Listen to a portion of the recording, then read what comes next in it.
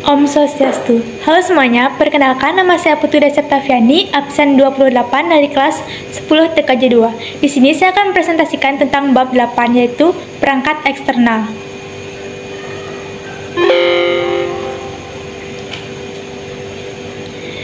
Yang pertama yaitu A. Pengertian perangkat eksternal. Perangkat eksternal merupakan perangkat keras yang tersambung dengan CPU melalui peranti pengendali atau yang disebut juga dengan modul input-output yang menghubungkan sistem komputer dengan dunia luar seperti manusia, lingkungan, maupun sistem lainnya.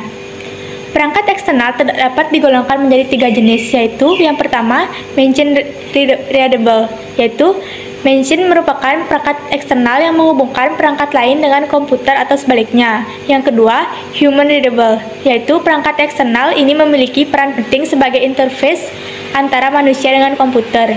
Yang ketiga yaitu communication. Communication merupakan perangkat eksternal yang berfungsi sebagai hardware pendukung dalam komunikasi jarak jauh.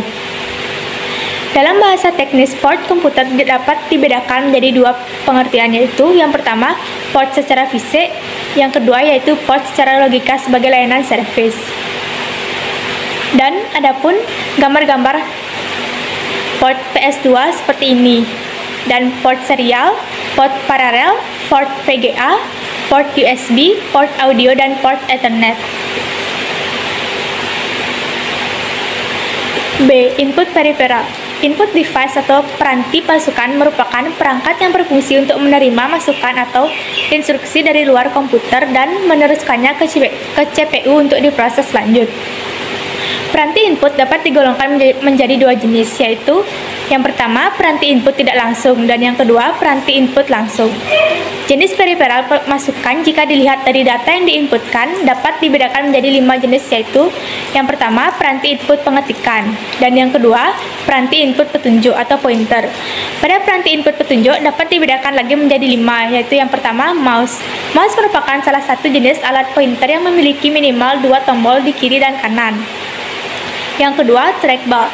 Trackball merupakan generasi awal pointer sebelum mouse dengan bola penggerak terletak di bagian atas tas. Yang ketiga, touchpad.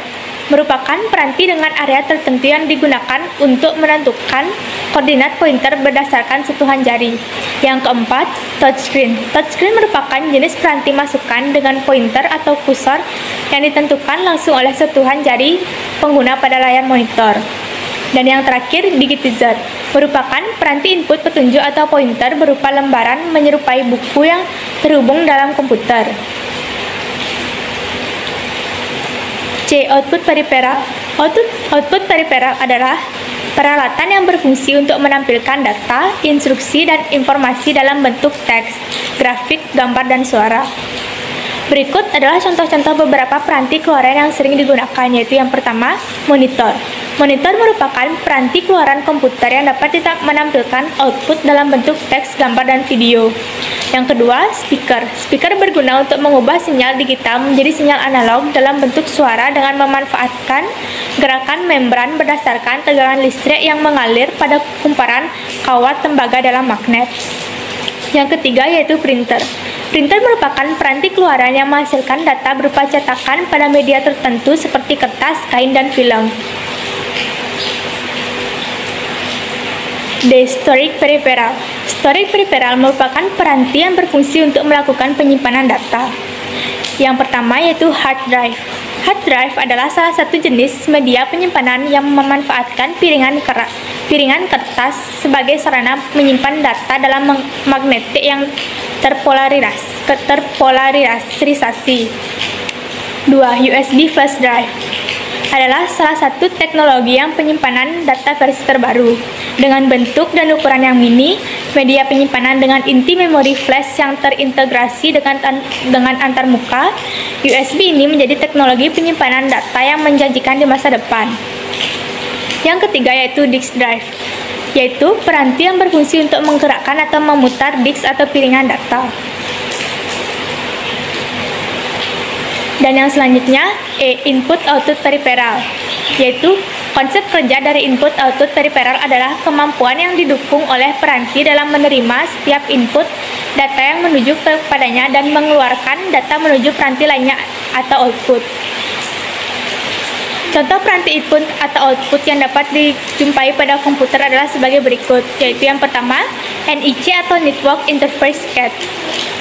NIC adalah sebuah kartu jaringan dengan jenis slot tertentu seperti ISA, PCI, Mini PCI, PCI atau PCI Express yang dapat ditancapkan pada slot bus motherboard komputer. Yang kedua yaitu modem atau modulator, demodulator, yaitu modem yang besar di pasaran pada saat ini dapat dibagi menjadi dua jenis, yaitu yang pertama modem internal dan yang kedua modem eksternal.